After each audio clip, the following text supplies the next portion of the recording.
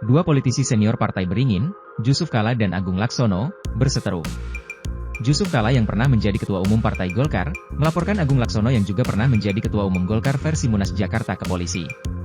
JK melaporkan Agung ke polisi karena manuver pendongkelan posisi Ketua Umum Palang Merah Indonesia PMI. JK menilai langkah Agung melanggar hukum. Menurutnya, hanya boleh ada satu palang merah di setiap negara. JK mengatakan PMI juga telah mengambil langkah tegas terhadap pengurus yang terlibat manuver Agung. Dia menyebut pengurus-pengurus itu telah dipecat karena melanggar etik. Meski demikian, JK juga mengaku tak heran Agung melakukan manuver pendongkelan. Ia kemudian menyinggung track record Agung pernah melakukan hal serupa di beberapa organisasi lain.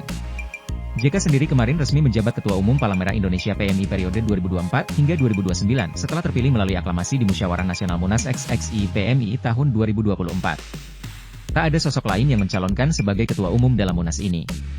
Seluruh peserta Munas PMI pun sepakat memilih JK. Setelah kembali terpilih menjadi Ketua Umum PMI, JK mengaku akan segera membentuk pengurus. Dia akan dibantu sejumlah formatur yang telah ditentukan Munas. JK punya waktu 1 bulan untuk membentuk pengurus sesuai anggaran dasar, anggaran rumah tangga, art PMI. JK mengatakan akan memilih orang-orang terbaik. Terpisah, Agung Laksono mengaku tidak masalah dirinya dilaporkan oleh JK ke polisi, buntut manuvernya dalam pencalonan Ketua PMI. Agung mengatakan yang dilakukannya bukan tindak pidana atau kriminal. Agung pun mengklaim apa yang dilakukannya bukan untuk merusak organisasi, namun untuk memperbaiki organisasi. Pada saat bersamaan, Agung Laksono juga mengaku dirinya sudah terpilih menjadi Ketum PMI lewat Munas Tandingan yang digelar di Jakarta. Selanjutnya, Agung akan melaporkan hasil Munas Tandingan PMI itu kepada Kemenkumham. Ia pun menyerahkan kepada pemerintah untuk memberi penilaian mengenai hasil Munas PMI yang digelar pihaknya. Ia mengklaim Munas PMI yang digelarnya itu sudah sesuai dengan art PMI. Munas ini, kata Agung Laksono, adalah forum tertinggi dari organisasi.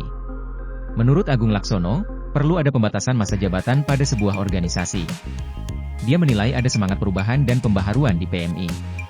Menanggapi perseteruan antara dua politisi senior Partai Golkar itu, anggota Komisi 9 DPR RI dari fraksi PKB, Zainul Munasicin menilai perebutan kursi Ketua Umum PMI itu tidak pantas.